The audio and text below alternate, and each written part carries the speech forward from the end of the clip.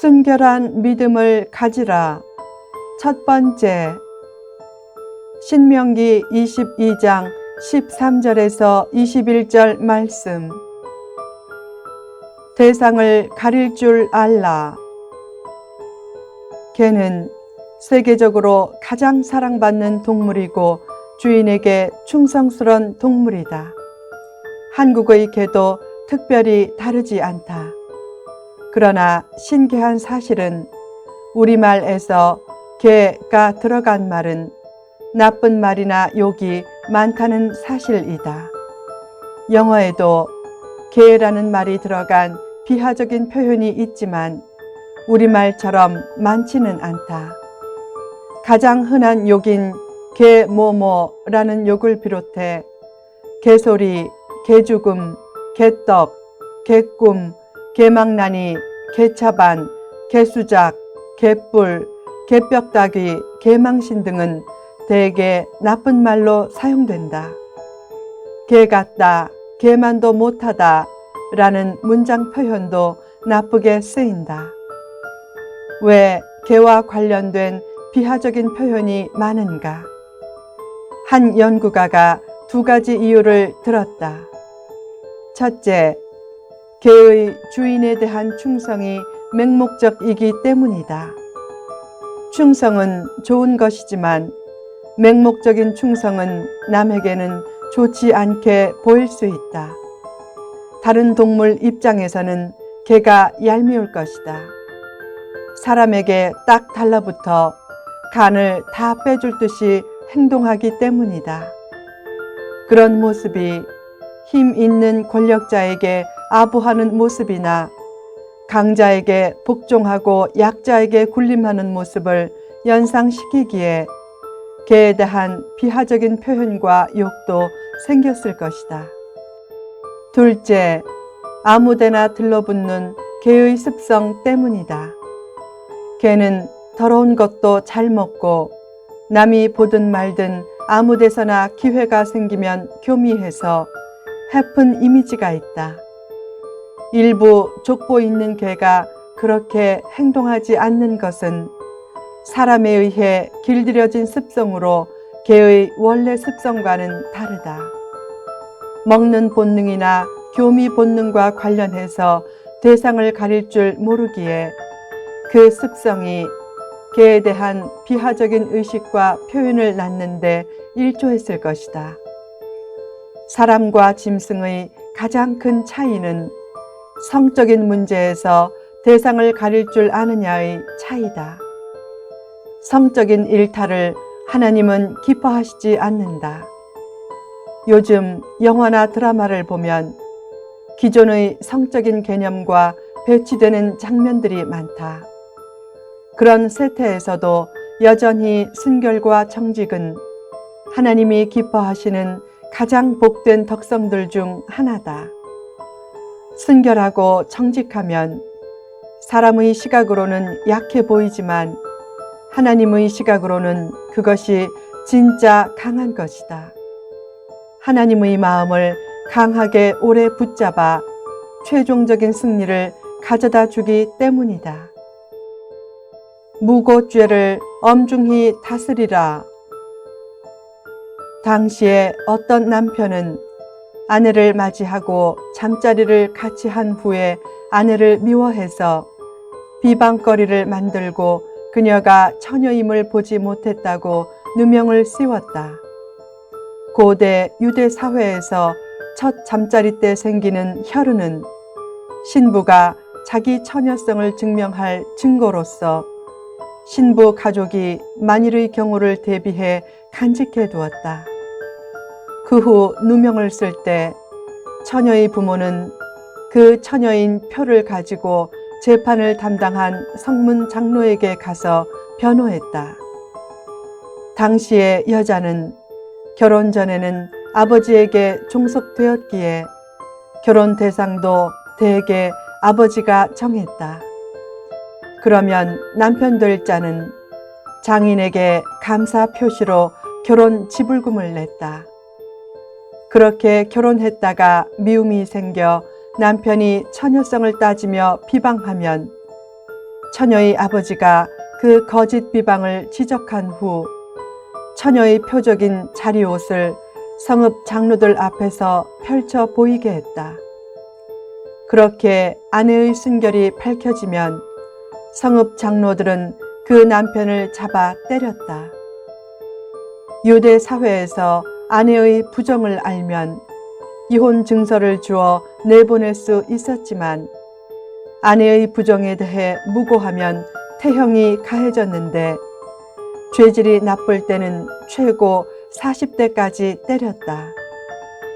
또한 처녀에게 누명을 씌운 남자에게서 은 100세겔의 벌금을 받아 여자 아버지에게 주었고 그 여자를 남자가 평생에 버릴 수 없게 했다. 그만큼 무고죄를 엄중히 다스렸다. 남성 중심적인 고대 사회에서 무고죄는 여성의 권리를 보장해준 최소한의 장치였다.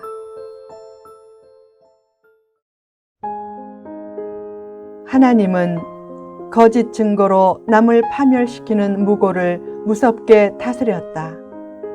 거짓 무고의 횡행은 패망과 말세의 징조다. 억울한 피해자의 한은 하늘을 진동시키기 때문이다. 세상에서 가장 나쁘고 치졸한 죄 중의 하나가 무고다. 있는 사실을 고해도 고자질이라고 해서 안 좋게 보는데 꾸민 얘기를 고하는 무고질이 얼마나 안 좋은 것인지는 말할 필요도 없다. 인간관계를 본능적으로 하면 안 된다. 욕정적으로 하면 더 안 된다. 계산적으로 하면 더욱더 안 된다. 배신적으로 하면 더더욱 더 안 된다. 특히 무고하며 배신하면 가장 안 된다.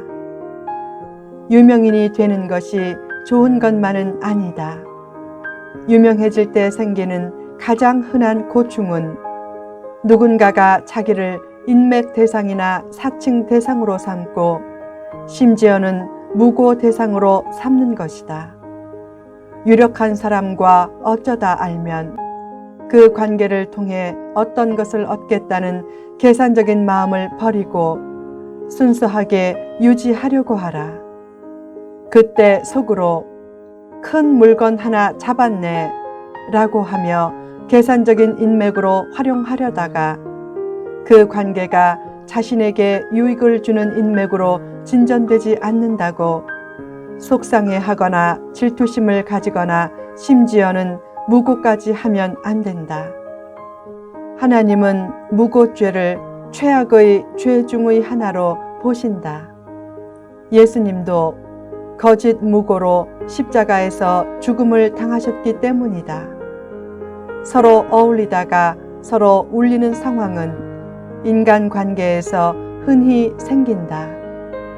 그러므로 인맥에 너무 연연하지 말고 집착은 더욱 하지 말라. 그럴수록 자기만 더 초라해지고 비참해진다. 그때 자기 관리를 못하면 시각과 생각이 협소해지다가 심해지면 거짓 무고까지 할 수 있다. 사람은 누구나 연약한 존재이기에 마음이 변할 수도 있고 질투로 분노할 수도 있고 다양한 방식으로 책임 전가도 할 수 있다. 그래도 거짓 무고만은 하면 안 된다. 의와 진리의 절대 기준으로 보면 드러난 범죄는 사실상 빙산의 일각이다. 많은 불의가 덮여진 채 넘어가는 것이 현실이다. 그런 현실은 고자질과 고발에 대한 신중함을 요구한다.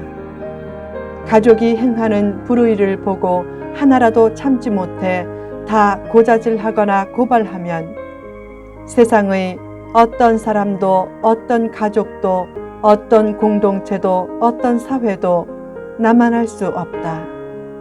고발을 잘하도록 훈련시킨 공산주의 사회가 도덕적으로 깨끗한 사회가 될 것 같은데 실제로는 그렇게 되지 않는다. 고자질과 고발은 최대한 신중해야 한다.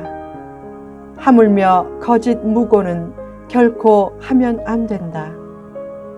왜 하나님은 무고죄를 엄중히 다스렸는가? 거짓 언행을 없애거나 줄여서 진실한 삶을 통해 진실한 사회를 만들려는 이유도 있지만 실제적인 이유로는 거짓 무고가 남의 인격과 명예는 물론 목숨까지 빼앗을 수도 있기 때문이다. 그 억울한 희생자와 가족의 한이 얼마나 하늘에 사무치겠는가. 안보를 명목으로 한 국가기관의 무고도 없어야 한다. 원칙적으로는 애국보다 진실을 앞세워 지키게 계도해야 한다. 진실을 앞세운 승리의 길이 분명히 있다.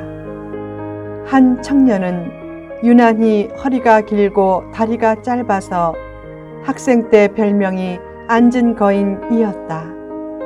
작은 거인이란 말은 많이 들었지만 앉은 거인이란 말은 잘 들어보지 않은 말이다.